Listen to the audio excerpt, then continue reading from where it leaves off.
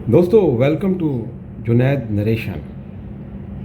दोस्तों जो आज की नरेशन है जुनैद नरेशन में वो बड़ी सिंपल है लेकिन बड़ी कॉम्प्लिकेटेड भी है।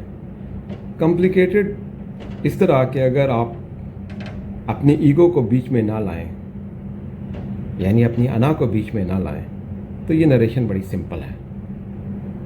तो दोस्तों आप आज का जो जुनैद नरेशन में नरेशन है वो समझ ही गए होंगे, और वो है कि अना की ज़िद है आजिज़ी।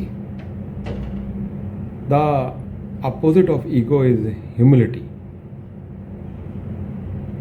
दोस्तों ये जो अना है ना, ये दिमाग का एक वेपन है, एक बड़ा ख़तरनाक वेपन। बेशक दिमाग जो इंसान को रब कायनात की तरफ से एक शानदार टूल है, जिसकी वजह से इंसान आज पहाड़ों के दौर से मॉडर्न सोसाइटी में दाखिल हो चुका है, लेकिन कुछ इसके साइड इफ़ेक्ट भी हैं, जिसमें एक मेन साइड इफ़ेक्ट अना यानी ईगो है, जिसकी वजह से इंसान ने इंसानियत को कई बार तबाह किया है। ये अना जो एक इंडिविजुअल इंसान से एक फैमिली, एक ख़ानदान, एक सोसाइटी और फिर एक कौम तक सरैयत कर जाती है, इसका इंसानियत को बहुत ज़्यादा नुकसान हुआ, इंडिविजुअल लेवल पे भी, ख़ानदान के लेवल पे भी, सोसाइटी लेवल पे भी और कौमों के लेवल पे भी। पहली जंग अज़ीम और दूसरी जंग अज़ीम में करोड़ों इंसान इस अना की भीड़ चढ़ गए। आज भी इंडिया और पाकिस्तान पिछले 77-78 साल से अपनी अनाओं की वजह से एक दूसरे के साथ बहुत आसान मामलात हल नहीं कर पा रहे। सिर्फ चंद लोगों की अना है, वरना आवाम एक दूसरे के साथ बड़े इंटरकनेक्टेड हैं। तो दोस्तों ये जो अना है जिसका मैंने आपको ज़िक्र किया, इसके जो मेन साइड इफ़ेक्ट है, ये इंसान के लिए मुश्किल क्यों होती है?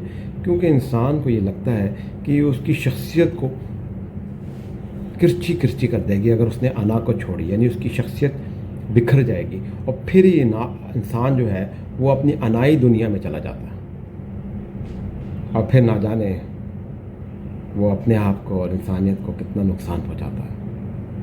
एक खूबसूरत दुनिया खंडर बन जाती है। तो दोस्तों आपने ताओइज़्म के बानी लाओज़ी का नाम तो सुना होगा। लाओज़ी एक मशहूर शख्सियत हैं और उन्होंने अपनी एक मशहूर किताब ताओ ते चिंग में ईगो और आजिज़ी के बारे में बड़ा मुफस्सल लिखा है। उसमें वो कहते हैं कि जब इंसान अना को छोड़ता है तो वो अपने आप को हल्का फुल्का महसूस करता है और आजिज़ी ही असल ताकत है। उन्होंने अपनी किताब में एक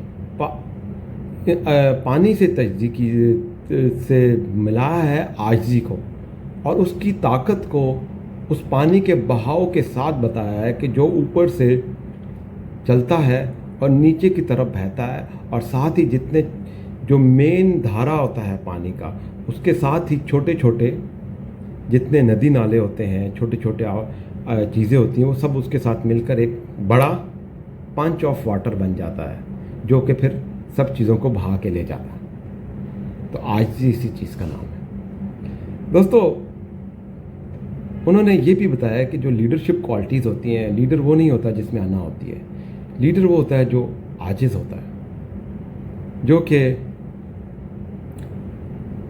देखता है मामलात को और फिर सिचुएशन एनालिसिस करते हुए रास्ते निकालता है। वरना अना तो इंसान को खा जाती है, और कई माजी में लीडरान जो आए उनकी अनाओं ने उनकी कौमों को बहुत नुकसान पहुंचाया। इसके अलावा उन्होंने ये भी बताया है कि अना वो आजिज़ी वो ताकत है जिससे काफ़ी मसाइल हल हो सकते हैं, और एक साइड इफ़ेक्ट जो अना है उसको सिर्फ आजिज़ी ही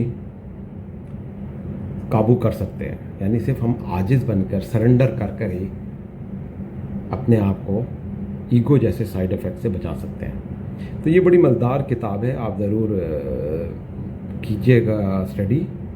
ताओ ती चिंग, ताओज़म के बानी, लाओज़ी की किताब। तो दोस्तों, अना और ईगो के बारे में मैंने आपको बताया। दूसरी तरफ आजिज़ी बहुत बड़ी चीज़ है। मैंने लीडरशिप का भी जिक्र किया आप लोगों के साथ। चलें दो मेन लीडर और फातिहीन का जिक्र करते हैं जिन्होंने अपनी ईगो के बजाय अपनी आजिज़ी को ऊपर ला के अपनी कौमों को कितना फ़ायदा पहुंचाया।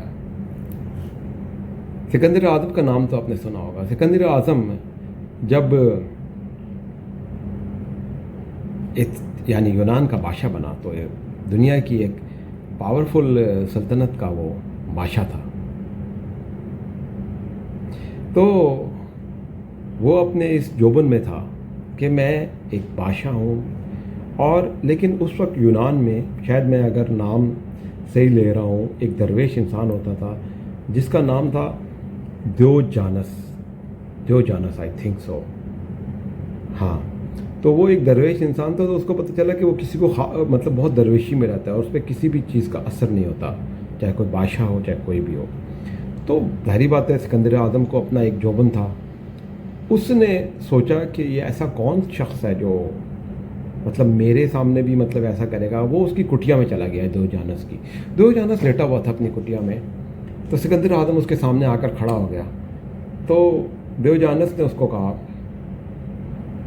मतलब सिकंदर आज़म ने दियोजानस को कहा कि तुम जानते हो कि मैं कौन हूँ? तो दियोजानस ने कहा, आप जो भी हैं, लेकिन इस वक्त आप मेरे और सूरज के दरमियान हाइल हो रहे हैं, तो प्लीज़ साइड पर हो जाए और सूरज की रोशनी मुझ तक आने दें।